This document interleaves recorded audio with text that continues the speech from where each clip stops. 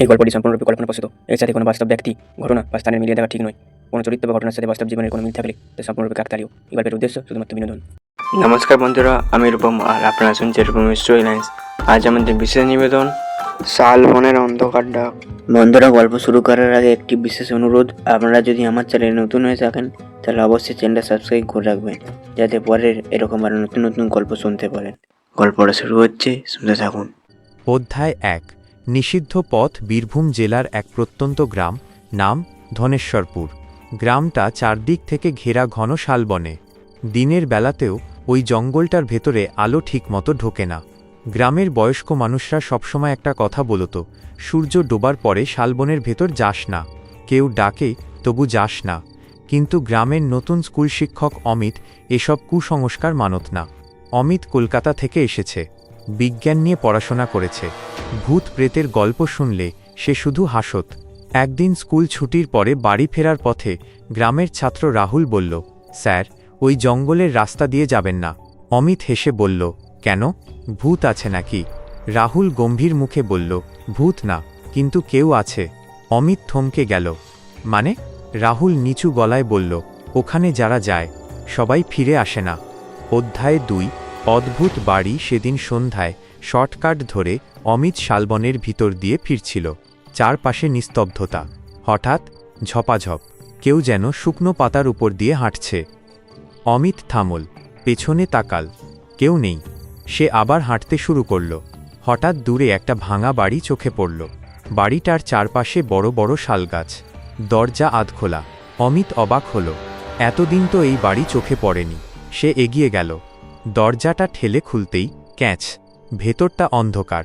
হঠাৎ একটা মেয়ের কণ্ঠ ভেসে এল, তুমি এসেছ। অমিত জমে গেল। সে চারদিকে তাকাল, কেউ নেই। আবার কণ্ঠটা এল, আমি অনেকদিন ধরে অপেক্ষা করছি। অধ্যায় ৩। দেয়ালের ছবি। অমিত ধীরে ধীরে ঘরের ভিতরে ঢুকল। দেয়ালে অনেক পুরনো ছবি।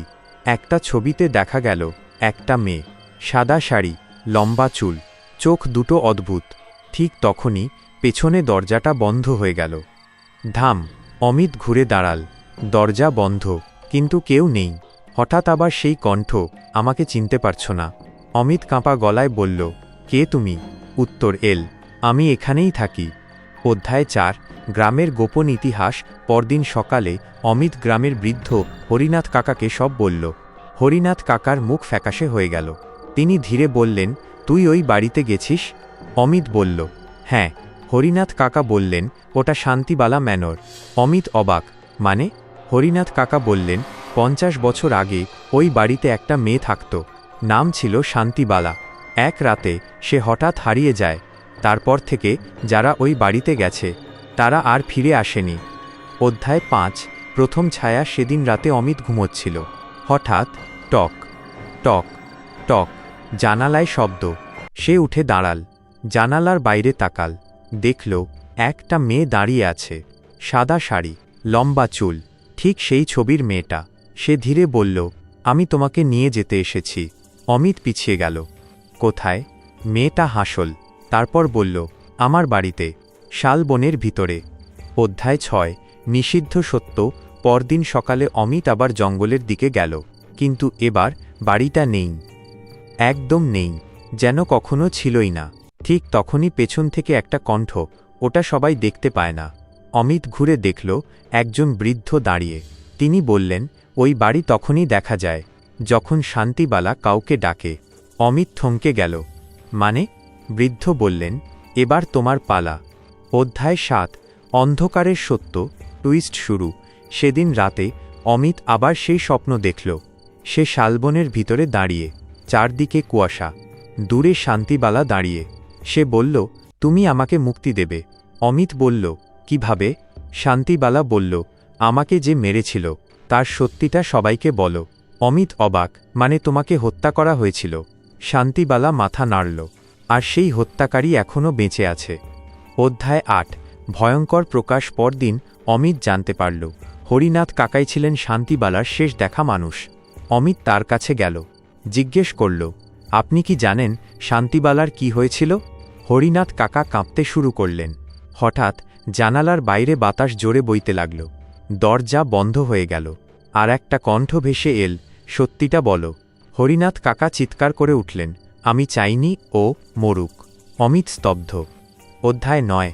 শেষ সত্য। হরিনাথ কাকা বললেন, আমি তাকে ভালোবাসতাম, কিন্তু সে অন্য একজনকে ভালোবাসত। রাগে আমি তাকে ধাক্কা দিয়েছিলাম, সে পড়ে গিয়ে মারা যায়। আমি লাশটা লুকিয়ে ফেলেছিলাম। ঠিক তখনই ঘরের ভিতরে হঠাৎ ঠান্ডা হাওয়া বইল। শান্তিবালা এসে দাঁড়াল। সে বলল, এবার আমার মুক্তি। তারপর হরিনাথ কাকা হঠাৎ মাটিতে পড়ে গেলেন, মৃত। অধ্যায় 10। শেষ টুইস্ট। পরদিন সকালে গ্রামবাসীরা দেখল অমিত শালবনের ভিতরে দাঁড়িয়ে। তার পাশে একটা ভাঙা বাড়ি। লোকেরা দৌড়ে গেল, কিন্তু সেখানে কেউ নেই, না অমিত, না বাড়ি। শুধু বাতাসে ভেসে এল একটা কণ্ঠ, আমি এখনও অপেক্ষা করছি। কার জন্য? পরের শিকার। বন্ধুরা, শেষ হলো আজকের গল্পটা আপনাদের কেমন লাগলো অবশ্যই কমেন্টে জানাবেন। যদি ভালো লাগে অবশ্যই ভিডিওটা লাইক করবেন, আর আমাদের চ্যানেলে নতুন না থাকলে অবশ্যই চ্যানেলটা সাবস্ক্রাইব করে রাখবেন এরকম আরও নতুন নতুন গল্প শোনার জন্য। আজকের মতো এখানেই রাখছি। পরের দিন দেখা যাচ্ছে একটা ধামাকাদার নতুন গল্পের সাথে। ততক্ষণের জন্য সবাই সুস্থ থাকবেন, ভালো থাকবেন, আর অবশ্যই রূপমের স্টোরি লাইন শুনতে থাকুন। ধন্যবাদ।